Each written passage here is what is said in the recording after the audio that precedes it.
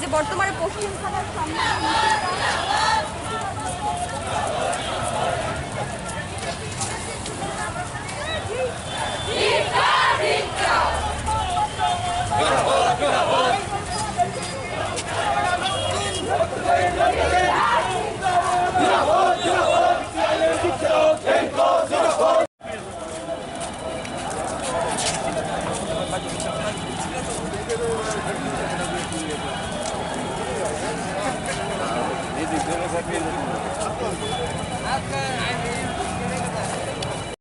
সহ্য করতে পারছেন, এই আক্রমণ সংঘটিত করেছে, জনবিচ্ছিন্নতাই প্রমাণ করছে।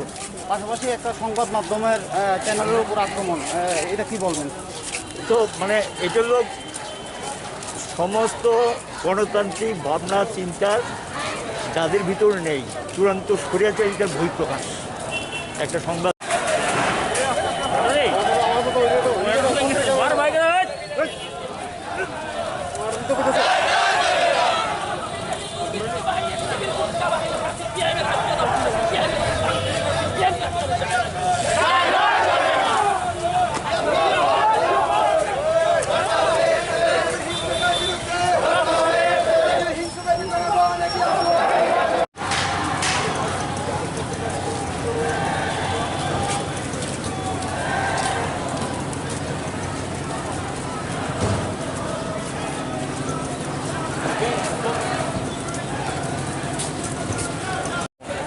সহ্য করতে পারে না, ভিন্ন মত সহ্য করতে পারে না।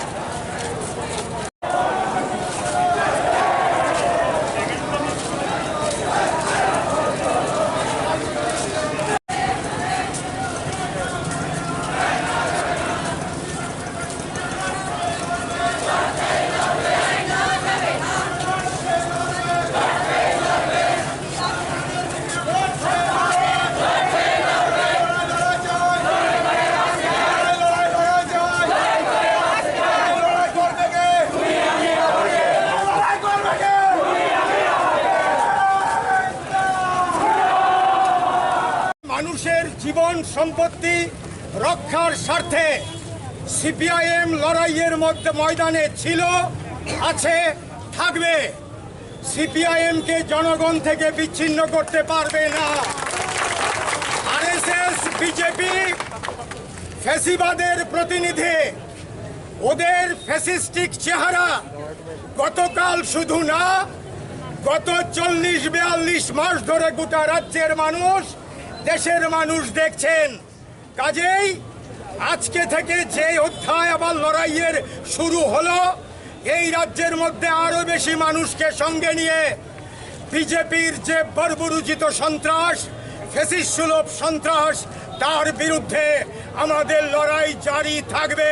জনগণের শক্তি দীর্ঘজীবী হোক। এই কথা বলে আপনাদের সবাইকে আবারও উষ্ণ অভিনন্দন, সংগ্রামী অভিনন্দন জ্ঞাপন করে, বিশেষ করে মা বোনেদের অভিনন্দন জানিয়ে, অন্য সবাইকে অভিনন্দন জানিয়ে আজকের মতো আমাদের প্রতিবাদ যে কর্মসূচি মিছিল, এই মিছিলের সমাপ্তি ঘোষণা করছে। উষ্ণ অভিনন্দন জ্ঞাপন করছি সবার পক্ষ থেকে। আজকে আমরা প্রতিবাদ করলাম, ওরা বর্বরোচিত কায়দায় গতকাল আমাদের পার্টি অফিসগুলো ভেঙেছেন, গণসংগঠন অফিস ভেঙেছেন, বাড়িঘর আগুন দিয়েছেন, পার্টি অফিসগুলোতে আগুন দিয়েছেন, যা খুশি তা করেছেন, চূড়ান্ত অরাজক একটা পরিস্থিতি তৈরি করেছেন। এইটার বিরুদ্ধে মানুষ সোচ্চার হয়েছেন, প্রতিবাদে সামিল হয়েছেন এবং আমরা গণতান্ত্রিক পদ্ধতিতে, ওরা করেছে লাঠি নিয়ে আক্রমণ, আগুন দিয়ে অফিস পুড়িয়ে দেওয়া, আর শান্তিপ্রিয় মানুষ, গণতান্ত্রিক মানুষ ঐক্যবদ্ধভাবে একটা শান্তিপ্রিয় মিছিলের মধ্য দিয়ে প্রতিবাদ করলেন। আপনারা জানেন শুধু পার্টি অফিস না, এমনকি প্রতিবাদী কলম, TV24 দেশের কথা অফিস পর্যন্ত আক্রান্ত হয়েছে, পত্রিকা অফিসও ছাড়তে না ওরা। কাজে ওদের কাছে কিছু আশা করে লাভ নেই। কাজে এরা চাইছে এই কায়দায় এই পদ্ধতিতে সরকার চালাতেন, কিন্তু রাজ্যের মানুষ অতীত অভিজ্ঞতায় যেটা জানা গেছে এটা হয় না। মানুষের একটা মন আছে, মানুষের একটা প্রতিবাদের অধিকার আছে। যদি মনে করে যে লাঠি দেখিয়ে পিটিয়ে ঘরে ঢুকিয়ে দেবেন, এই রাজ্যের ইতিহাস তা বলে না। এবং ইতিহাস বলে যে কোনো অন্যায়ের বিরুদ্ধে মানুষ সোচ্চার হয়েছেন একটু সময় নেয়।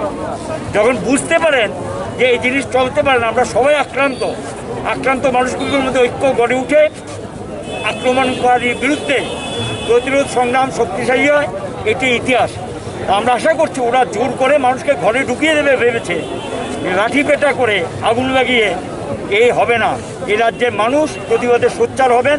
এরই প্রতিবাদ শান্তিপূর্ণ মিছিলের মধ্য দিয়ে আমরা আমাদের প্রতিবাদ ধ্বনিত করলাম। কালকে তো রাতে সিসিআইডি অভিযোগ সব খবর পৌঁছানি, বাড়িও পুড়িয়ে দিয়েছে। আমাদের গ্রুপটি বিহার কমিটির সম্পাদক নারায়ণ দেব বাড়িটা পুড়িয়ে দিয়েছে। ডিআইএফের রাজ্য কমিটির সম্পাদক ওনার ছেলে এই বাড়িটা পুড়িয়ে দিয়েছেন। এর আগেও বহুবার আক্রান্ত হয়েছে। পার্টি অফিস এদিকে উদয়পুর পার্টি অফিসে ঢিল পাটকেল চড়েছে, কাঁঠালিয়া পার্টি অফিস ভেঙেছে, বিশালগড় পার্টি অফিস তো ড্রোজার দিয়ে ভেঙে ভিতরে ঢুকে আগুন লাগিয়ে দিয়েছেন। তারপর হাবানিয়া পার্টি বিহার কমিটি অফিসটা ভেঙেছেন, ডুকলি বিহার কমিটি অফিস, মাদারঘাট অফিস ভাঙচুর করেছেন। এখানে আরেকটা অফিস আমাদের ছিল লোকাল কমিটি অফিস, এখানে এই বরদলজিতে, এটাও ভাঙচুর করে লুট করে নিয়ে গেছেন। এগুলো করেছেন। রাজ্য দপ্তর তো ভাঙচুর করেছেন, দেশের কথা ভাঙচুর করেছেন, জেলা অফিস সদর বিভাগ অফিস ভাঙচুর করেছেন। এখানে TV24 এটা ভাঙচুর করেছেন। কমলপুর পার্টি অফিসটা ভাঙচুর করেছেন গভীর রাতে। CIT অফিস এবং এখানে একটা সংস্কৃতি সমন্বয়ের অফিস ছিল, ওটা তো আগুন দিয়েছে কালকে রাত্রে। এটা 11:30 নাগাদ শোনা যাচ্ছে আগুন দিয়েছেন, পুড়িয়ে দিয়েছেন একটা অংশ। এই অবস্থা। আরও খবর তো আসছে ধীরে ধীরে, আমাদের কাছে যা তথ্য এসছে সেটা। আপনার কি রাজ্যপালের কাছে যাওয়ার কোনো সিদ্ধান্ত নেই? আমরা এখন এই ধরনের কোনো সিদ্ধান্ত নিই। এটা পুলিশ তো বলা হয়েছে কালকে, সবাইকে জানানো হয়েছে প্রশাসনের নির্বিঘ্ন। বরঞ্চ ঘটনাগুলো ঘটে যাওয়ার পর এসে দেখছেন কতটুকু ঘটনা ঘটেছে, এটা দেখছেন এইটুকুই। আর কোনো সেখান থেকে তাদের কোনো প্রতিক্রিয়া আমরা লক্ষ্য করি। পুলিশ নির্বিঘ্ন। জেলা দপ্তর প্রতিবাদী কলম দেশের কথা এর বিরুদ্ধে আজকে এই প্রতিবাদ মিছিল।